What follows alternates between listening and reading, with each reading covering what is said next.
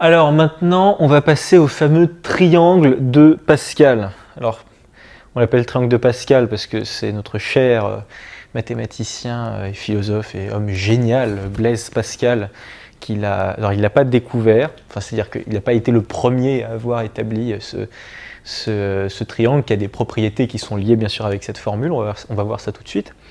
Parce que Pascal, ses dates c'est 1623-1662.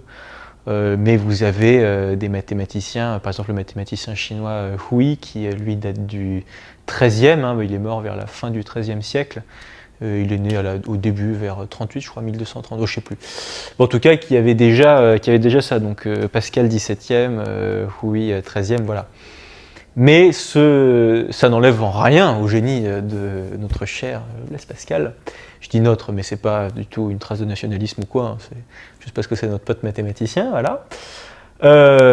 Génie, parmi les génies. Bref, il a sorti ce truc-là, ce tableau de nombres. Alors, on va essayer de comprendre, on va essayer de comprendre la propriété qu'a ce tableau, qui est en fait un triangle, ok, qui est lié à ce qu'on a ici. Alors, on va déjà essayer de lire le tableau et ensuite de comprendre ce qu'on a, le lien entre là et là. Alors, là ici, vous avez sur cet axe-là, en fait, les colonnes là, ce sont vos P. Donc le P qui est là, ok, et ben c'est le numéro de la colonne dans laquelle vous vous situez. C'est-à-dire que par exemple, et ce qu'il faut que vous sachiez aussi, c'est que là, la première colonne, c'est la colonne des zéros. C'est-à-dire que là, c'est la colonne numéro 0, ça c'est colonne numéro 1, 2, 3, etc., etc. Donc si jamais vous prenez par exemple ce numéro ici, il est à la colonne numéro 0. Donc pour ce nombre-là, P vaut 0. Okay, pareil pour les n. Les n, cette fois-ci, ils sont associés aux lignes, au numéro des lignes. Donc qu'est-ce que ça veut dire en gros là-dedans, ce tableau, il nous permet en fait de lire tous les P parmi n.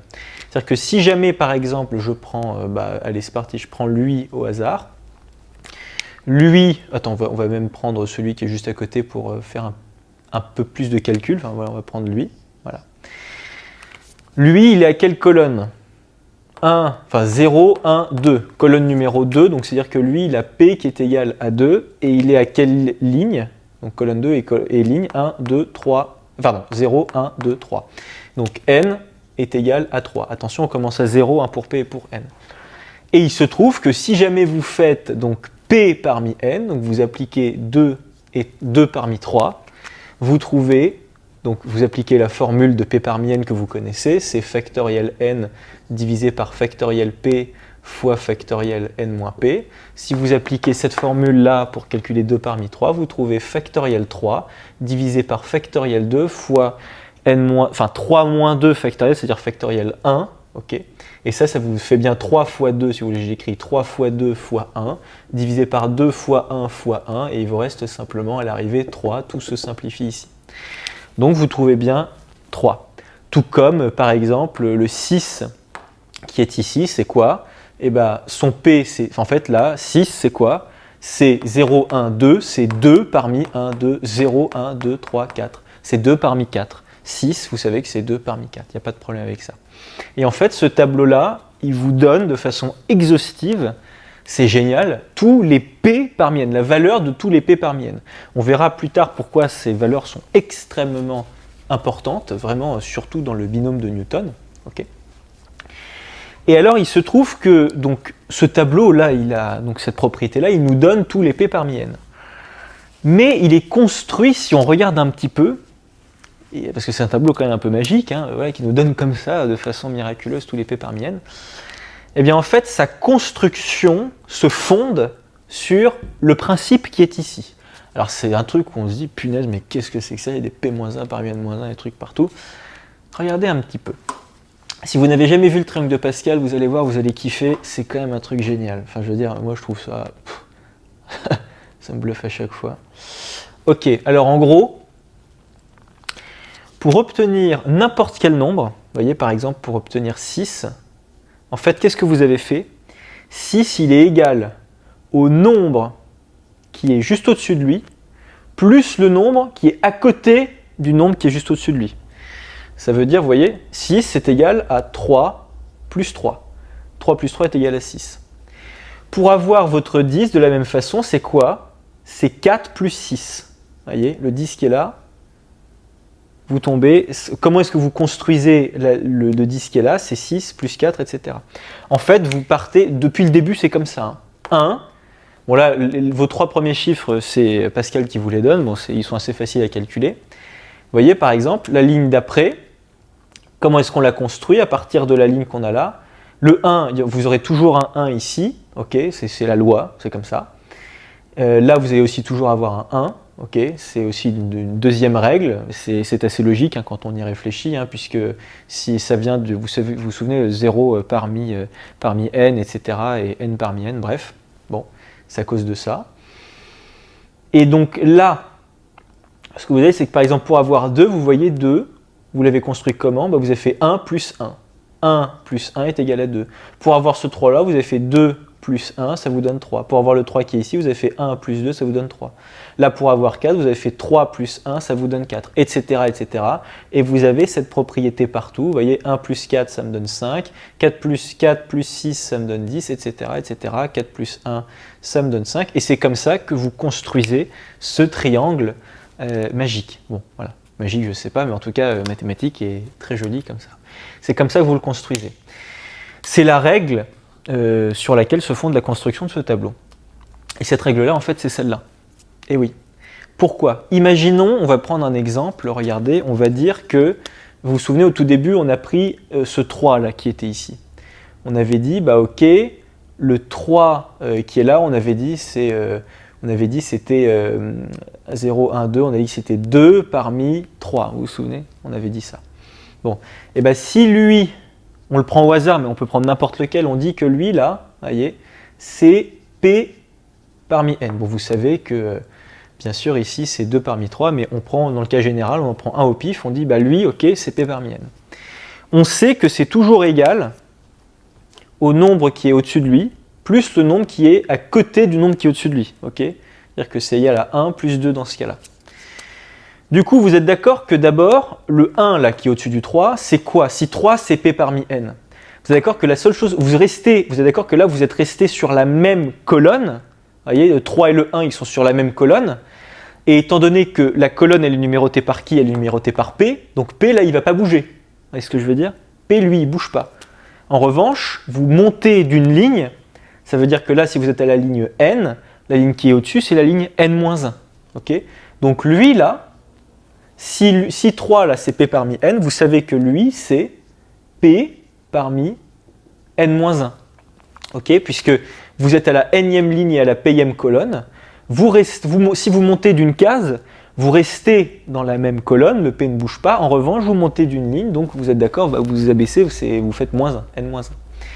Et alors ensuite, si lui c'est P, N-1, nous ce qu'on sait c'est que 3 c'est le nombre d'au-dessus plus le nombre qui est juste là, à gauche du 1. C'est notre 2, là. Si 3, c'est P parmi N, alors donc on a dit que lui, le 1, c'était pas P parmi N-1. Et donc là, pour passer de lui à lui, qu'est-ce qu'on fait? Là, cette fois-ci, on reste sur la même ligne que le 1. Le 1, on est d'accord, on est à la ligne N-1, ok? Mais on va switcher la colonne de une unité, on va reculer d'une colonne. Et la colonne de 1 et de 3, on avait dit que c'était P, donc lui, en fait, 2, c'est quoi? 2, c'est P-1 parmi N-1. Et ben voilà.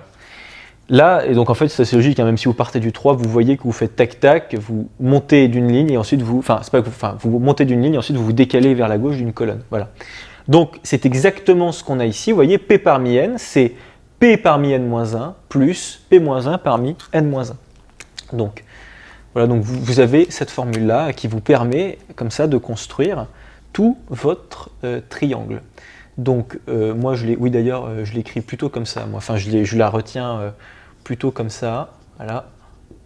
Donc, je pense qu'avoir ce triangle plutôt, pas le triangle complet dans la tête, parce que les coefficients, c'est pas qu'on n'en a rien à faire, ils sont très importants. Mais retenez surtout, je pense, la construction. Comment est-ce que vous construisez le triangle? Rappelez-vous que là, vous commencez à 0 pour les deux. Et vous savez que pour avoir le numéro qui est ici, pour obtenir le résultat là, vous additionnez le numéro qui est au-dessus et le numéro qui est à gauche de celui qui est au-dessus de lui. Okay, Voilà. Et comme ça, normalement, vous devriez pouvoir retrouver assez facilement cette formule-là. P parmi n est égal à P parmi n moins 1 plus P moins 1 parmi n moins 1.